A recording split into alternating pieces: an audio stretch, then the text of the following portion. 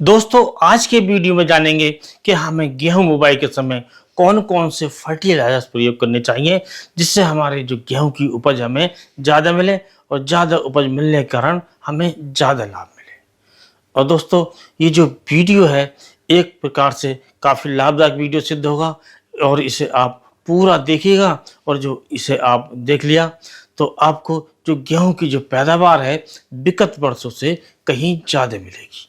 क्योंकि दोस्तों हम कितने अच्छे बीज डाल लें, कितना ही अच्छी प्रकार देखभाल कर लें, यदि हम अपने गेहूं की फसल को उचित फर्टिलाइजर्स, संतुलित फर्टिलाइजर्स नहीं देते हैं तो हमें पैदावार पूरी नहीं मिल सकती। क्योंकि यदि हम ज़्यादा फर्टिलाइजर प्रयोग करते हैं तब भी नुकसान है, कम प्रयोग करते हैं तब भी नुकसान है। अब बात आती है कि ये जो फर्टिलाइजर्स हैं इनका प्रयोग हमें कितनी मात्रा में करना चाहिए। तो दोस्तों वैसे जो सटीक मात्रा होती है वो आती है मिट्टी की जांच के उपरांत।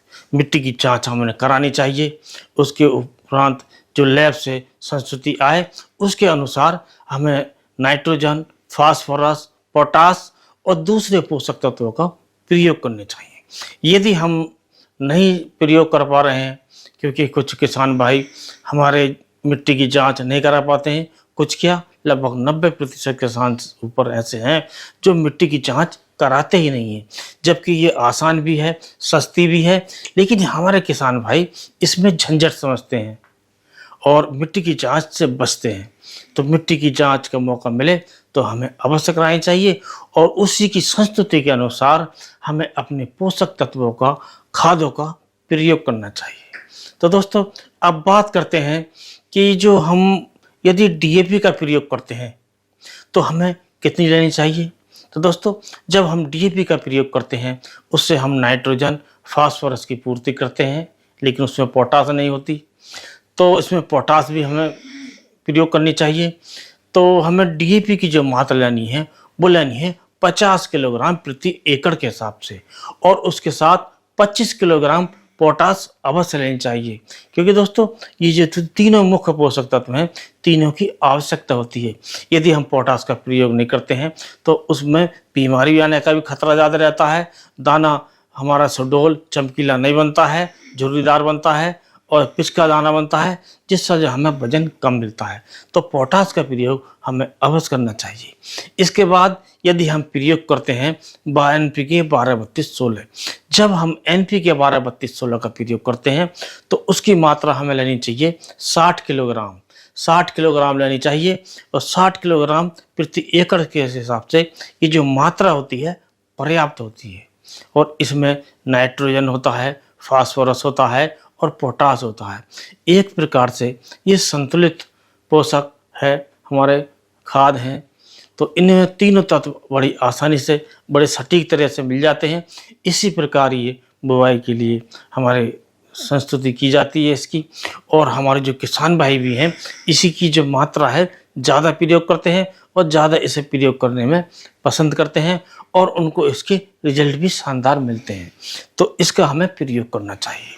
अब दोस्तों बात ये आती है, कभी कभी ऐसा होता है, होता क्या हो रहा है कि हमें जो डीएपी है वो नहीं मिल रही है, एनपीके 12-32-16 है वो नहीं मिल रही है।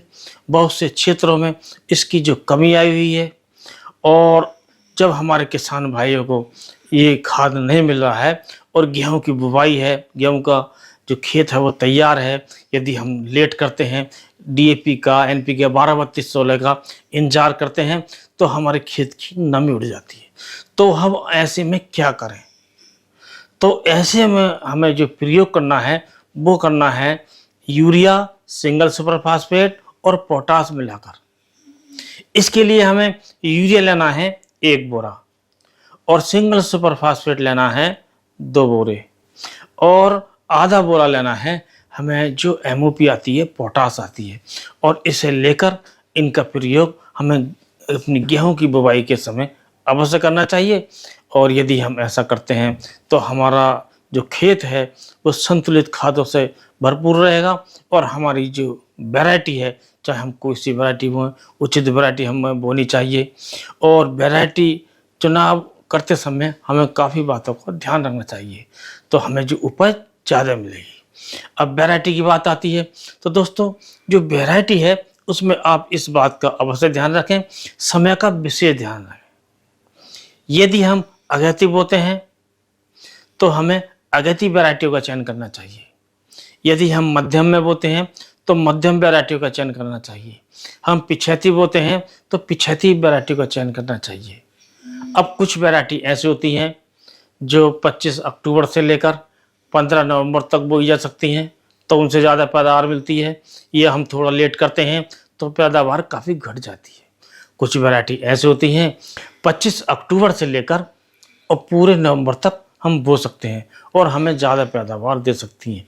उसके बाद हम यदि लेट करते हैं तो हमारी जो पैदावार है कम मिलती है। और कुछ वैरायटी ऐसे होती हैं कि हम 15 नवंबर से लेकर पूरे दिसंबर यदि बुवाई करते हैं तो हमें जो पैदावार है वो काफ़ी अच्छी मिलती है। तो इस बात का आप ध्यान रखें, जैसे समय में बोए वैसी वैरायटी का प्रयोग करें। यदि हम ज़्यादा गति बोते हैं तो ज़्यादा गति का प्रयोग करें, क्योंकि जो ज़्यादा गति वैरायटी होती हैं उनकी जो समय सीमा होती है पकने की, वो होती है लगभग 150 से 55-60 दिन तक भी होती है किसी किसी वैरायटी की।